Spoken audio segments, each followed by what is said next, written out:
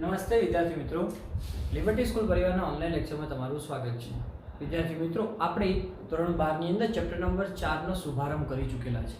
એની અંદર આપણે બે ત્રણ થિયરીનો અભ્યાસ કર્યો હતો અને ચુંબક વિશે થોડી માહિતી મેળવી હતી કે જ્યારે ગતિમાન વિદ્યુતભાર ગતિ કરે છે ત્યારે વિદ્યુત પ્રવાહ રચાય છે અને વિદ્યુતભાર તારની આસપાસ તમે જો ચુંબકીય સોયને લાવો છો તો ચુંબકીય સોય શું અનુભવે છે? કોણાવર્તન. શું અનુભવે છે?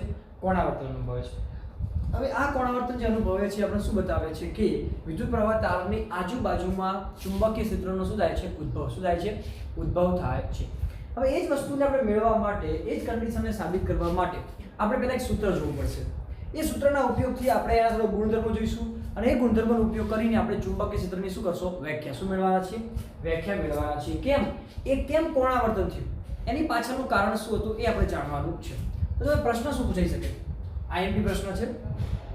સમાન ચુંબકીય ક્ષેત્રમાં વીડી વેગથી ગતિ કરતા વિદ્યુતભાર પર, વીડી એટલે શું આવશે? ડ્રિફ્ટ વેગથી ગતિ કરતા વિદ્યુતભાર પર લાગતા ચુંબકીય બળનું સૂત્ર કોણ છે?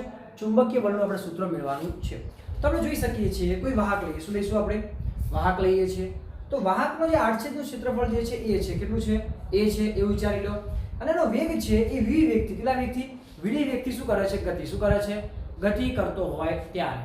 તો ક્યુ વિદ્યુત ભારથી રચાતા પ્રવાહને નીચે મુજબ દર્શાવી શકાય છે. સમજીશું એ કરે કે જો અહીં વીડી લેવો તો વીડી તમે વી પણ લઈ શકો, બરાબર? એ ભલે આપણે લઈ લઈએ છીએ વી. શું લઈ લઈએ છીએ? વી. તો સમાન આડછેદનું ક્ષેત્રફળ એ ધરાવતા વાહકમાંથી વી વેગથી ગતિ કરતા q જેટલા વિદ્યુત ભારને લીધે રચાતો પ્રવાહ. કેટલા? q જેટલા વિદ્યુતભારને લીધે રચાતો પ્રવાહ. તો આપણી પાસે સૂત્ર હતું I બરાબર NA QV. શું હતું? QVD હતું, બરાબર? આપણે શું લઈશું? V. શું લઈને ચાલીશું? V લઈને ચાલીશું. I બરાબર NA QV. હવે બંને બાજુમાં હું dl જેટલા ભાગ માટે ગુણું છું. તો dl બંને બાજુ dl વડે ગુણતા. શું કરતા? dl વડે ગુણતા. હવે સમજો વિદ્યાર્થી મિત્રો, આ બહુ ઇમ્પોર્ટન્ટ વસ્તુ છે આપણા માટે. તો અહીંયા તમને શું મળશે? અહીંયા તો I dl બરાબર NA QV ઇન્ટુ શું મળશે તમને? dl. શું મળશે? dl. જે રીતે વિદ્યુત ક્ષેત્ર માટે વીજભાર જવાબદાર હતો તેમ અહીંયા તમને શું મળશે? તમને IDL. શું મળશે? IDL. એને કહેવાશે પ્રવાહખંડ. શું કહેવાશે? પ્રવાહખંડ. શું કહેવાશે? પ્રવાહખંડ કહે છે. તો એ ઇમ્પોર્ટન્ટ છે. જેમ એના ભાગના કારણે q ના કારણે વિદ્યુત ક્ષેત્ર રચાતું હતું, એમ અહીંયા IDL જેટલા ભાગના કારણે એનું શું રચાય છે? પ્રવાહ. હવે IDL છે શું? તો ધારો કે લઈ લઈએ એક આ વાહક છે. વાહકનો એક નાનો ભાગ લઈએ, આટલો ભાગ, જેની લંબાઈ કેટલી છે? dl. કેટલી છે? dl. અને રચાતો પ્રવાહ કેટલો છે? I. કેટલો છે? I. તો dl ભાગમાં રચાતો પ્રવાહ કેટલો છે? I. એટલા માટે શું કહેવાશે? આટલા ભાગને પ્રવાહખંડ. શું કહેવાશે? પ્રવાહખંડ કહે છે. તો આપણે હવે જોવાનું છે કે અહીં ધ્યાન આપીશું. IDL પ્રવાહખંડને સમાન ચુંબકીય ક્ષેત્ર B માં, IDL પ્રવાહખંડને સમાન ચુંબકીય ક્ષેત્ર B માં મૂકતા તેના પર લાગતું ચુંબકીય બળ. તો દેખો આ ચુંબકીય બળનો ભાગ છે, સમજો. તો તમને શું મળશે? અહીંયા dF. શું મળશે? dF બરાબર IDL ક્રોસ શું મળશે? B. IDL cross B. હવે તમારા માટે એ પ્રશ્ન થશે જ કે સાહેબ આ સૂત્ર ક્યાંથી આવ્યું? તો આ સૂત્રનો અભ્યાસ 3 થી 4 થિયરી પત્યા પછી સમાન વિદ્યુત પ્રવાહ ધારિત તારો એમાંથી પ્રવાહ જ્યારે પસાર થતો હશે ત્યારે કઈ રીતે મળે છે એની ચર્ચા આપણે પછી કરીશું. હાલ આ સૂત્રને શું કરશો? એક્સેપ્ટ. શું કરી લેશું? એક્સેપ્ટ. કે હા આ સૂત્ર આવે છે. કેમ? જે રીતે આપણે જોયું હતું કે બળ માટે તો F બરાબર શું હતું આપણી પાસે? QB હતું કે નહીં? સોરી QE બરાબર. એમ અહીંયા શું છે? Q ની જગ્યાએ IDL લેશું અને એની જગ્યાએ શું લઈશું આપણે b, બરાબર. તે પ્રકારે તમને મળી જશે. તો df બરાબર તમને શું મળશે? I dl cross b. હવે આપણી પાસે i ની કિંમત કેટલી છે? i ની કિંમત કેટલી છે આપણી પાસે? તો na qv બરાબર, na qv ઇન્ટુ શું થશે તમારા માટે? b. શું આવશે? b આવશે. તો સોરી na bq ઇન્ટુ શું થશે? dl ઇન્ટુ શું આવશે? 1 અને b. હવે વિદ્યાર્થી મિત્રો એ સમજજો, બહુ ઇમ્પોર્ટન્ટ વસ્તુ હું કરવાનો છું. શું છે ઇમ્પોર્ટન્ટ વસ્તુ? તો અહીંયા સદિશનો એક રૂલ છે. સદિશનો એક રૂલ છે કે જો બે સદિશ રાશિ આવેલી હોય, કેટલી આવેલી હોય? બે સદિશ રાશિ આવેલી હોય તો એક સદિશ પોતાનો સદિશ બીજાને આપી શકે છે. એટલે કે આ dl નો સદિશ હું ક્યાં લઈ જઉં છું? v ઉપર. ક્યાં લઈ જઈશ? v ઉપર. તો na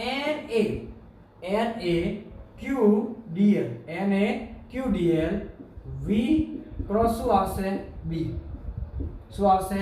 v ક્રોસ b. એટલે કે dl નો સદિશ ક્યાં આવી ગયો? v ઉપર. અને v ક્યાં આવી ગયો? dl ની જગ્યાએ. તો અરસપરસ શું કરી નાખ્યું છે આપણે? અરસપરસ. તો v ક્રોસ b તમને મળી ગયું. આ તમને શું મળ્યું? df. હવે વિદ્યાર્થી મિત્રો એક મને કહો કે આપણે પાસે જોઈતું કે એકમ કદ દીઠ કેટલા? એકમ કદ દીઠ વિદ્યુત ભાર શું લેવાય? વિદ્યુત ભાર. તો આપણે શું ભણ્યા હતા? n બરાબર શું ભણ્યા હતા? તો n upon v. શું ભણ્યા હતા? n upon v. n બરાબર n upon v. જ્યાં v શું છે? કદ છે. n એટલે કુલ સંખ્યા અને n એટલે, તો એ શું કરીએ છીએ આપણે? n ને કરતા બનાવો. શું બનાવો? કરતા. તો nv મળે કે ના મળે? n બરાબર શું મળે? nv. પણ v એટલે શું થાય? તો આપણે વસ્તુ વિચાર કરો. v ને આપણે લખવું તો આ રીતે લખી શકાય કે a dl. a એટલે શું થાય? ક્ષેત્રફળ. ક્ષેત્રફળનો એકમ શું થાય? Metre square. dl એટલે શું છે? લંબાઈ. શું છે? લંબાઈ. તો dl શું થશે? મીટર. મીટર સ્ક્વેર ગુણ્યા મીટર શું થશે? Metre cube. તો કદ લખી શકાય. તો શું લખી શકાય? na dl. તો આ જ વસ્તુનો ઉપયોગ કરવાનો છે કે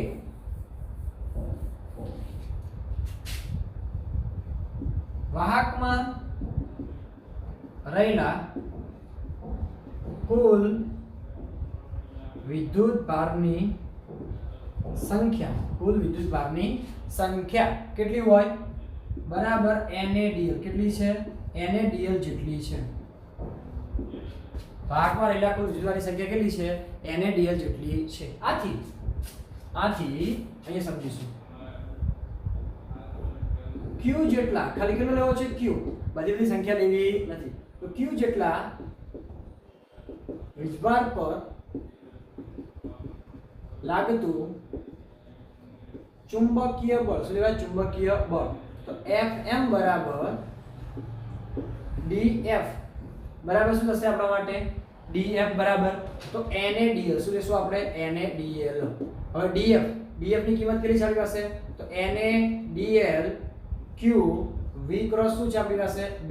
શું છે? v ક્રોસ b અપોન શું આવશે? na dl cancel. તો જવાબ શું આવશે આપણા માટે? તો Fm બરાબર q v ક્રોસ b. શું આવશે? Fm બરાબર v ક્રોસ b. એટલે કે q જેટલા વીજભાર પર કેટલા વેગથી ગતિ કરતો હોય? v વેગથી ગતિ કરતો હોય વીજભાર q હોય તો ત્યાં ચુંબકીય ક્ષેત્રને કારણે લાગતું બળ કેટલું છે? Fm બરાબર q v ક્રોસ b. શું હશે? Fm બરાબર v ક્રોસ b. જ્યાં તમે શું બતાવે? સદિશ. કેવું બતાવે છે? સદિશ બતાવે છે. અને તમે આને એક્સ્ટ્રા બી લખી શકાય છે અહીંયા કને કે Fm બરાબર શું લખી શકાય? qvb sin θ. શું આવશે? qv. અને ત્યાં શું લખી શકાય? n caret. શું લખી શકાય છે? n કેરેટ પણ લખી શકાય છે. કેમ? અહીંયા ક્રોસ ગુણાકાર છે. શું છે? ક્રોસ ગુણાકાર. ક્રોસ ગુણાકારમાં શું આવે? sin θ આવે. ચલો ફટાફટ લખી દઈશું. એકદમ સિમ્પલ પ્રશ્ન છે. અહીંયા ધ્યાન રાખીશું. અહીંયા કને કુલ વીજભાર કેટલો છે? na dl. પણ મારે જોઈએ છે કેટલો? q જેટલો વીજભાર. એટલા માટે મેં શું કર્યું છે? na dl વડે ભાગી દીધું છે. જ્યાં n એટલે એકમ કદ દીઠ જોડાની સંખ્યા, a એટલે ક્ષેત્રફળ, d એટલે લંબાઈ. બરાબર? એના કારણે તમને જવાબ મળી જાય છે. ઓકે, ચલો ફટાફટ લખી દઈશું, પછી આપણે આગળ વધીએ.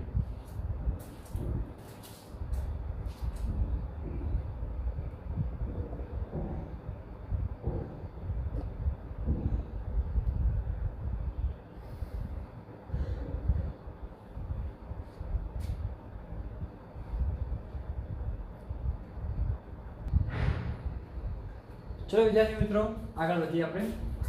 વિદ્યાર્થી મિત્રો આપણે થોડી કિંમતો પર ગયા, થોડી વસ્તુને મેળવી આપણે. તો હવે થોડું વધારે જોઈએ કે આ જે છે સૂત્ર શું મળે તમને? અહીંયા કને ચુંબકીય બળ શું મળે છે? અહીંયા કને q જેટલા v વેગથી કેટલા વેગથી v વેગથી ગતિ કરતા q જેટલા વીજભાર પર ચુંબકીય ક્ષેત્રને કારણે લાગતું બળ. તો આપણે શું મળીએ કરે Fm બરાબર q v ક્રોસ b. શું મળ્યું Fm બરાબર q v ક્રોસ b. તો શું થશે આપણે q v b શું લખી શકાય sin θ. શું લખી શકાય sin θ. હવે આપણે જોવાની છે લાક્ષણિકતા. શું જોવાની છે લાક્ષણિકતા. તો જોવા જઈએ ચુંબકીય બળ કોના પર આધાર રાખે છે. તો પહેલી વસ્તુ ચુંબકીય બળ એ કોના પર આધાર રાખે q v અને b ઉપર. કોના ઉપર q v અને b ઉપર. તો ચુંબકીય બળ એ q v અને b ના મૂલ્યો અને દિશા પર શું રાખે છે આધાર. શું રાખે છે દિશા પર આધાર રાખે છે. હવે તમારા માટે એક પ્રશ્ન થાય છે કેમ દિશા અને મૂલ્યો પર આધાર રાખે છે.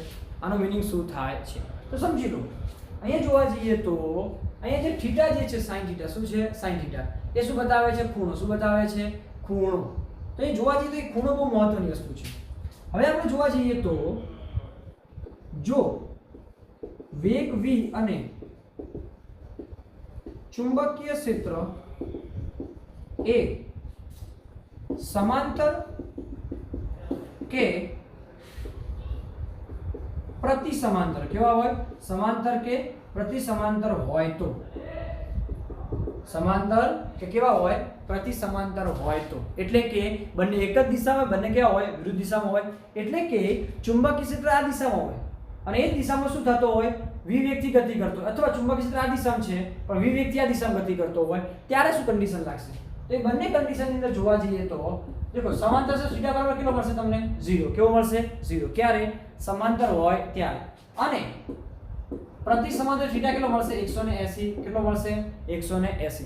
આ બંને કન્ડિશનમાં જોવા જઈએ તો આપણે સૂત્ર મૂકીએ Fm બરાબર qvb શું આવશે sin θ qvb sin θ ની કિંમત શું આવશે sin 0. sin 0 એટલે કેટલા થાય 0 0 ગુણ્યા કોઈ પણ સંખ્યા કરો શું જશે 0. શું મળશે તમને 0. એ જ રીતે Fm બરાબર એ તમને શું મળી Fm બરાબર 0. Fm બરાબર શું છે આપણી પાસે qvb sin θ qvb sin θ ની કિંમત કેટલી લેવાની sin 180. sin 180 એટલે પણ શું થાય 0. શું થશે 0 થાય છે બરાબર. તો કિંમત શું થશે 0. એટલે કે જો વીજભાર ચુંબકીય ક્ષેત્રને સમાંતર કે પ્રતિ સમાંતર ગતિ કરે સમાંતર કે પ્રતિ સમાંતર ગતિ કરે તો તમને ચુંબકીય બળ શું મળે શૂન્ય. કેવું મળે છે શૂન્ય મળે છે. આથી ચુંબકીય બળ કેવું મળશે તમને શૂન્ય. કેવું મળે છે શૂન્ય મળે છે. હવે એક થોડી વસ્તુને જોવા જઈએ તો ક્યારે ધન મળશે ને ક્યારે ઋણ મળે. ક્યારે ધન મળે અને ક્યારે ઋણ મળે એના માટે તમારે જમણા હાથનો નિયમ શું લેવો પડશે જમણા હાથનો નિયમ લેવો પડશે. આ કન્ડિશનનો તમારે ઉપયોગ કરીને જવાબ લાવવો પડશે. હવે કઈ રીતે થશે આના માટે શું છે હવે એક થોડું જોવા જઈએ તો કારણ કે વીજભાર ધન હોય ઋણ હોય તો બળના મૂલ્યમાં પણ ફેરફાર થશે. શું થશે બળના મૂલ્યમાં ફેરફાર થશે. તો પહેલા તો ચુંબકીય બળની દિશા માટે જમણા હાથનો સ્ક્રૂ કોનો નિયમ જમણા હાથનો સ્ક્રૂનો નિયમનો ઉપયોગ થાય. શું થાય છે ઉપયોગ થાય છે. ચુંબકીય બળની દિશા માટે જમણા હાથ કયો જમણા હાથથી સ્ક્રૂનો નિયમ કઈ રીતે જોજો એ સમજજો. ધારો કે આપણે કન્ડિશન લઈએ છીએ બરાબર. એક પૃષ્ઠ લઈએ કને આ પૃષ્ઠ ઉપર અહીંયા જોવા જઈએ તો આ દિશામાં v વેગ છે. શું છે v વેગ. વીજભાર કેવો છે +q. આ દિશામાં ચુંબકીય ક્ષેત્ર શું છે b. કેવું છે b. રિયલમાં આમ છે એક આમ અને એક આમ બરાબર. આમથી આમ છે હાલ પૂરતું બરાબર. આ દિશામાં શું હશે ચુંબકીય તમે જો મારો હાથ દેખાય છે આ રીતે છે ઓકે. તો એક આ દિશામાં છે એક આ દિશામાં છે બરાબર. તો એ દિશામાં કઈ રીતે શોધવું તો તમારે બળ શોધવા માટે જમણો હાથ લેવાનો જમણા હાથ. પછી સ્ક્રૂના નિયમ પર સ્ક્રૂ કે ગોળ ફરક ના પડે તેમ તો ક્યાંથી ક્યાં જવાનું તો સૂત્ર શું છે આપણી પાસે v ક્રોસ b. q તો અચળ છે v થી b જવાનું. ક્યાં જવાનું? v થી b. તો v થી b જાવ, આમથી આમ જાવ, શું આવે? કઈ તરફ આંગળી આવે? બહાર. કઈ તરફ આવશે? બહાર. એટલે કે અહીંયા તમને જે વીજભાર મળશે કઈ તરફ, સોરી, બળ મળશે કઈ તરફ મળશે? તો પૃષ્ઠથી બહાર તરફ. કઈ તરફ? પૃષ્ઠથી બહાર તરફ મળે છે. તો આવી કન્ડિશન તમે લઈ શકો છો. કઈ રીતે? આ રીતે કરો, આમથી આમ, ને કઈ તરફ આવશે? આ તરફ. પણ ધારો કે વીજભાર માઈનસ હોત તો કેવો હોત? વીજભાર માઈનસ હોત તો દિશા આ રીતે શોધવાની છે, પરંતુ દિશા શું ઉલટાઈ જાય? શું થશે? ઉલટાઈ જાય છે. એટલે કે જો દિશા અંદર જે બહાર તરફ હતી એ કેવી હશે? અંદર તરફ. કઈ તરફ મળશે તમને? અંદર તરફ. જ્યાં કઈ હતી? બહાર તરફ હતી. કેવી હતી? બહાર તરફ હતી. કેવી મળશે તમને? અંદર તરફ. કેવી મળે છે? અંદર તરફ મળે છે. તો અહીં શું આવશે તમારા માટે? v થી b એટલે કઈ તરફ આવશે? બહાર તરફ. એ જ રીતે જો માઈનસ હશે ક્યાં હશે? અંદર તરફ. કેવી મળે છે? અંદર તરફ તમને મળે છે. તો આવી કન્ડિશન આધારે તમે શું કરી શકો છો? બળ શું મેળવી શકો છો? બળ પણ મેળવી શકો છો. તો આપણે આ વસ્તુની કન્ડિશન ઉપયોગ કરવાનો છે, આના આધારે એક્ઝામ્પલ ગણવાના છે, પણ જ્યારે આવશે ત્યારે આપણે ચર્ચા ઉપર એના જઈશું. પણ ત્યાં ધ્યાન રાખીશું કયો નિયમ વપરાય છે? જમણા હાથનો સ્ક્રૂનો નિયમ. ક્યાંથી શરૂઆત થાય છે? તો v થી. v થી કઈ તરફ જવાનું? b તરફ જવાનું. આ રીતે આ ઓકે, આમથી આમ અથવા આમથી આમ. ઓકે, તો એ થશે. બીજી વસ્તુ જોવા જઈએ તો જો વેગ અને ચુંબકીય ક્ષેત્ર કેવું હોય? લંબ. કેવું હોય? લંબ હોય ત્યારે. લંબ એટલે કેટલું? કે θ બરાબર 90. તો એ સમયે ચુંબકીય બળ મહત્તમ. કેવું હોય છે? મહત્તમ. Fm બરાબર qvb sin θ. બરાબર. તો qvb sin 90, sin 90 એટલે કેટલું થશે? 1. તો qvb શું મળશે તમને? qvb. તો શું હશે? સૌથી મહત્તમ. હવે વીજભાર ઉપર રાખશે. જો વીજભાર માઈનસ હોય, કેવું હોય? માઈનસ, તો બળ કેવું હશે? ન્યૂનતમ. કેવું મળશે? ન્યૂનતમ મળશે. અને જો વીજભાર ધન હોય તો મહત્તમ. શું મળશે તમને? મહત્તમ. તો બે રીતે તમને મળી શકશે, મહત્તમ અને ન્યૂનતમ. હવે વિદ્યાર્થી મિત્રો અહીંયા કને પ્રશ્ન બીજો છે. પદાર્થ કેવો હતો? અહીંયા કને સ્થિર. કેવો હતો? સ્થિર. કેવી કન્ડિશન આવે છે તમારા માટે? સ્થિર. કેવી કન્ડિશન આવે છે? સ્થિર આવે છે. પણ ધારો કે અહીંયા કને જોવા જઈએ, સોરી, v વેગથી ગતિ. કેવો કરે છે? v વેગથી ગતિ. પરંતુ વીજભાર કેવો? આ સાઈડ અહીંયા લખજો, બરાબર? વીજભાર કેવો હોય? સ્થિર. કેવો હોય? સ્થિર હોય તો v બરાબર તમને શું મળશે? 0. શું મળશે? 0. તો આથી ચુંબકીય બળ પણ કેવું મળે? 0. કેવું મળશે? 0. તો એ સિમ્પલ વસ્તુ તમને એવું કહેવા માંગે છે વિદ્યાર્થી મિત્રો કે જો પદાર્થ ગતિ કરતો હશે તો જ, એટલે કે ગતિમાન કેવો વીજભાર હશે? ગતિમાન વીજભાર હશે તો જ શું લાગશે? ચુંબકત્વ. ચુંબકત્વના કારણે શું લાગશે? બળ. શું લાગશે? બળ. તો આ ચુંબકીય બળ માટે પહેલી શું જરૂર હોય છે તમારા માટે? વીજભાર કેવો હશે? ગતિ કરતો. કેવો હશે? ગતિ કરતો હોય તો જ તમને બળ મળી શકે, બાકી બળ તમને મળતું નથી. તો બહુ ઇમ્પોર્ટન્ટ કોન્સેપ્ટ છે. આ કોન્સેપ્ટમાં આપણે ઘણા બધા પ્રશ્નો બી આપણે ડિસ્કસ કરી લીધા છે. કયા સમયે શું થઈ શકે છે, કઈ રીતે તમે શોધી શકો છો, આ દરેક કોન્સેપ્ટનો ઉપયોગ આપણે કરવાનો છે. ઓકે, ચલો ફટાફટ આટલું લખી દઈશું, પછી આપણે આગળના ટોપિકમાં વધીએ.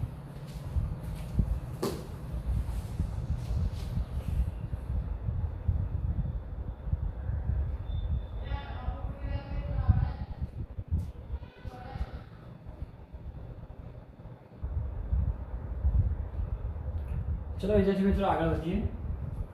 હવે આપણે જે ચેપ્ટરની શરૂઆત કરી છે ચુંબકીય ક્ષેત્ર. શું છે? ચુંબકીય ક્ષેત્ર. આપણે હવે એની માહિતી શું લેવાની છે? ચુંબકીય ક્ષેત્રની માહિતી લેવાની છે.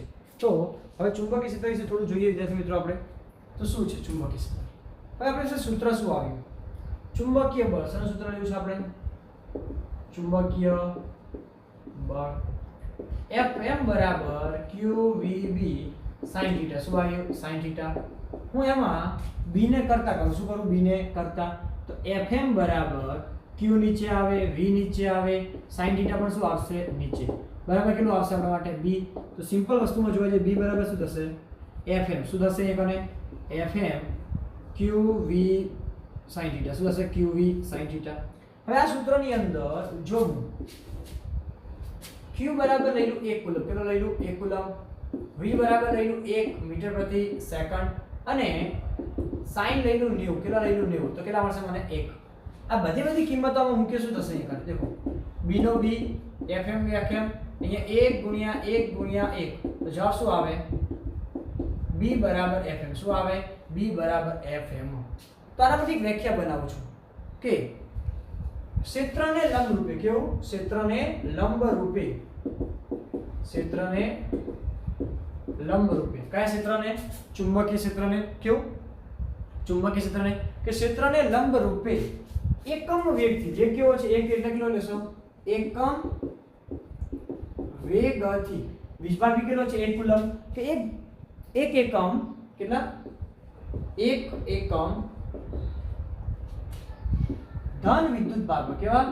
ધન વિદ્યુત ભાર પર લાગતા કઈ બળ લાગશે? ચુંબક બળ. શું લાગશે? ચુંબકીય બળ. તો લાગતા ચુંબકીય બળને તે બિંદુ આગળ, કયા બિંદુનું? તે બિંદુ આગળનો શું કહે છે? ચુંબકીય ક્ષેત્ર. શું કહે છે? ચુંબકીય ક્ષેત્ર કહે છે. સમજો, ક્ષેત્રને કેવું? લંબ રૂપે. ખૂણો કેટલો આવ્યો? 90 આવ્યો. એકમ વેગથી, કેમ કે 1 મીટર પ્રતિ સેકન્ડ આવ્યું. એકમ ધન વિદ્યુતભાર. એકમ ધન વિદ્યુતભાર ભી આવ્યો. ધન ના લેવું એટલો વિદ્યુતભાર ભી લખી શકો, બરાબર? અહીં કઈ જરૂર નથી ધન વિદ્યુતભાર લાગતું શું? એ ચુંબકીય બળ. શું છે?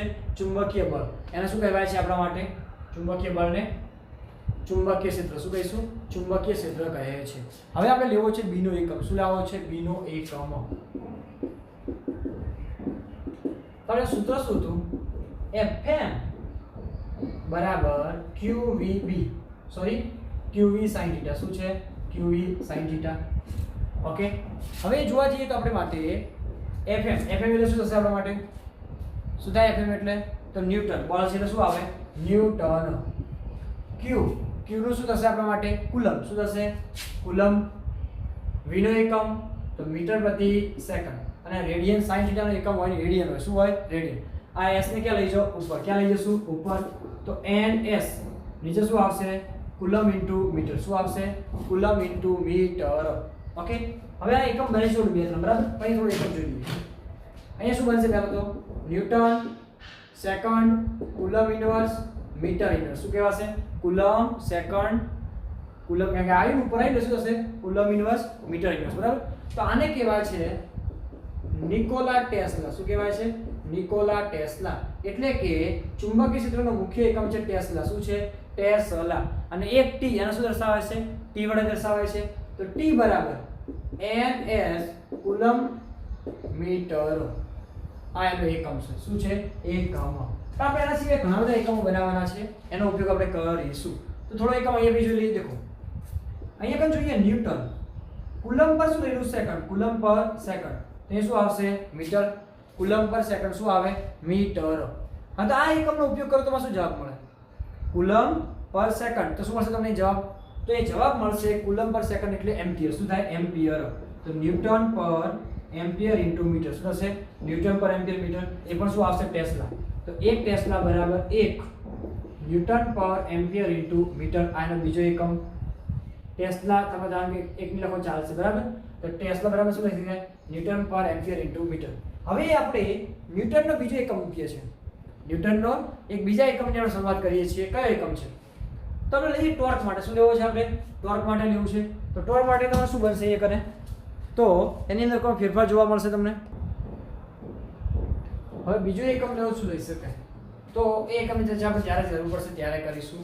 પણ બીજી એક વસ્તુ જોવા જઈએ તો અહીંયા કરે તો આપણા માટે એક બીજો એકમ છે, એક ટેસ્લા. એની જરૂર પડશે આગળ, બરાબર? તો ચલો અહીંયા લખી દઈએ છીએ કે 1 ટેસ્લા બરાબર વેબર મીટર માઈનસ 2. શું લખાય? વેબર પર મીટર માઈનસ 2. હવે વેબર શું છે? તો ચુંબકીય ફ્લક્સનો કોનો એકમ છે? ચુંબકીય ફ્લક્સનો એકમ છે, જે આપણે આગળ ભણવાના છે. શું લખશું? વેબર પર મીટર માઈનસ 2. અને અહીંયા જોવા જઈએ તો ચુંબકીય ક્ષેત્રનો એક નાનો એકમ છે. શું છે? એક નાનો ચુંબકીય ક્ષેત્રનો CGS એકમ. કયો CGS એકમ? તો ગોસ. શું છે? ગોસ. અને 1 ગોસ બરાબર 10 ની માઈનસ 4 ઘાત ટેસ્લા. શું થાય? 10 ની માઈનસ 4 ઘાત ટેસ્લા. એટલે કે 1 G બરાબર 10 ની માઈનસ 4 ઘાત T. બરાબર? તો કે આ પ્રશ્ન પરીક્ષામાં થોડું ધ્યાન રાખવાનું છે. કેમ? આના પરથી ઘણા બધા દાખલા પણ આપણે ગણવાના થશે. ઓકે, તો 1 G બરાબર શું થશે? 10 ની માઈનસ 4 ઘાત ટેસ્લા. તો આ શું હતું? ચુંબકીય ક્ષેત્રની વ્યાખ્યા પણ જોઈ આપણે. ચુંબકીય ક્ષેત્રના અલગ અલગ એકમો બી જોયા, કેમ કે આ દાખલાઓ અલગ અલગ જગ્યાએ કામ આવશે એટલા માટે. હવે છે એનું પારિમાણિક સૂત્ર. શું કરવાનું છે? પારિમાણિક સૂત્ર લખવાનું છે. તો તો ચુંબકીય ક્ષેત્રનું પારિમાણિક સૂત્ર શું થાય? પારિમાણિક સૂત્ર ચાલો તો આપણે અહીંયાથી બનાવીશું. ચલો ન્યૂટનનું શું થશે આપણા માટે? તો કે m1 l1 t - 2 કુલમ સેકન્ડનું શું થશે આપણા માટે? આ તો ડાયરેક્ટ લેવું તો લઈ શકાશે અહીંયા કને. દેખો અહીંયા શું છે? ન્યૂટન પર એમ્પિયર અપોન મીટર, બરાબર? તો એ શું થશે આપણા માટે? લખવું હોય તો ન્યૂટન એમ્પિયર -1 મીટર -1. તો ડાયરેક્ટ એનો જ ઉપયોગ કરી લઈએ. એમ્પિયર -1 તો શું થશે અહીંયા કને? મીટર એટલે શું થશે આપણા માટે? l - 1. શું થશે? l - 1. તો જવાબ શું આવશે આપણા માટે? m1 l0, બરાબર? શું થશે? l0. બીજું શું આવશે અહીંયા કને? t - 2 અને a - 1. તો આનું શું છે? પારિમાણિક સૂત્ર. કોનું પારિમાણિક સૂત્ર છે?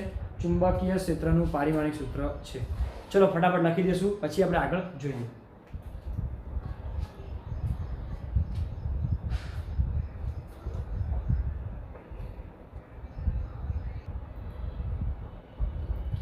ચલો વિદ્યાર્થી મિત્રો આગળ વધીએ.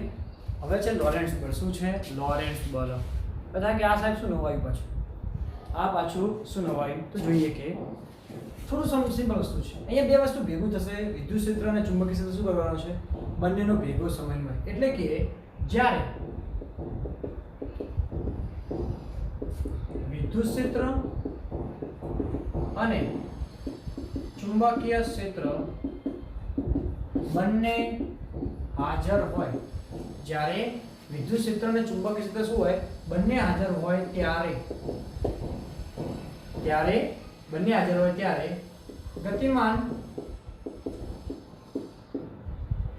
વિદ્યુત ભાર પર લાગતા કુલ બળને શું કહેવાય છે?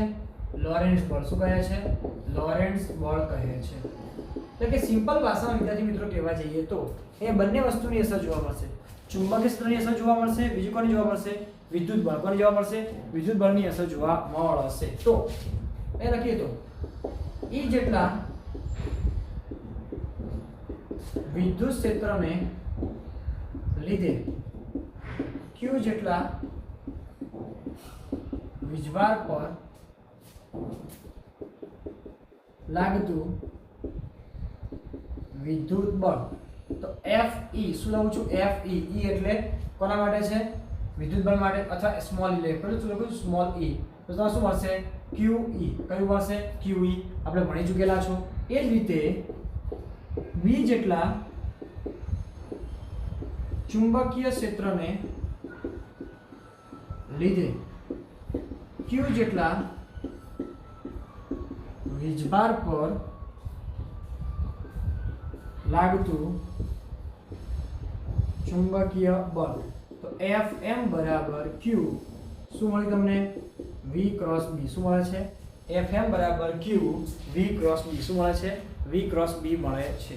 હવે આપણે લઈશું એક અને કુલ બળ એટલે કે લોરેન્ટ્ઝ બળ. શું લઈશું આપણે? લોરેન્ટ્ઝ બળ. F બરાબર શું થશે? તો આપણે ભણી ચૂક્યા Fe પ્લસ શું કરવાનું છે? Fm. વિદ્યુત ક્ષેત્ર અને ચુંબકીય ક્ષેત્ર બંને શું કરશો? સરવાળો. શું કરશો? સરવાળો. Fe ની કિંમત કેટલી ચાલી રહેશે? QE. અહીંયા સૂત્ર શું છે? Q V cross B. શું છે? Q V cross B. Q ને શું કરી લઈએ? કોમન. એટલે શું આવશે? E વત્તા V ક્રોસ B. શું આવશે? Q ઇન્ટુ થશે E પ્લસ શું આવશે? V cross B. આને શું કહેવાય છે? લોરેન્ટ્ઝ બળ. શું કહેવાય છે? લોરેન્ટ્ઝ બળ કહેવાય છે. તો દરેક જગ્યાએ શું મળે છે? અલગ અલગ. કેવું મળે છે તમને? અલગ અલગ મળે છે. તો આ અસરનો આપણે ઉપયોગ કરીને કોઈ બી જગ્યાએ શું કરી શકીએ છીએ? આપણે એનો જવાબ શું મેળવી શકીએ છીએ? જવાબ મેળવી શકીએ છીએ. જે આપણા માટે ઇમ્પોર્ટન્ટ વસ્તુ એ છે આ લોરેન્ટ્ઝ બળનું ઘણીવાર પ્રશ્ન પૂછાતો હોય છે, બરાબર? 2 માર્ક્સમાં. અથવા એવું પણ પૂછે લોરેન્ટ્ઝ બળ. કેવું છે? લોરેન્ટ્ઝ બળ.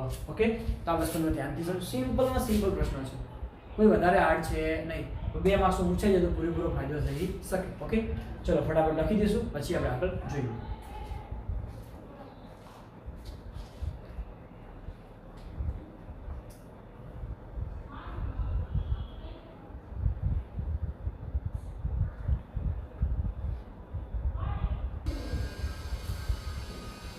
તો વિદ્યાર્થી મિત્રો આજે આટલું રાખીએ છીએ. મળીએ નેક્સ્ટ લેક્ચરની અંદર બાકીની થિયરી સાથે. જે નેક્સ્ટ લેક્ચરમાં જે થિયરી આવશે વેરી મોસ્ટ ટાઈમની થિયરી છે. અને એ થિયરી ભણ્યા પછી આપણે ભણવાનું છે સાયક્લોટ્રોન. શું ભણવાનું છે? સાયક્લોટ્રોન. આ બહુ મોટો કોન્સેપ્ટ છે, બહુ મોટી વસ્તુ પણ છે, તો સમજવા માટે થોડો ટાઈમ પણ લાગશે. ઓકે, હવે આપણે ધીમે ધીમે લેક્ચરની શું કરીશું, લેન્થ વધારતા જઈશું. આપણે ધીમે ધીમે 30, 35 બરાબર ને વધતા વધતા આપણે 45 સુધી લઈ જઈશું બરાબર, તો આપણું ચેપ્ટર ઝડપી કવર થઈ શકે. ઓકે, ત્યાં સુધી વાંચતા રહો, લખતા રહો, તૈયાર કરતા રહો. Thank you very much.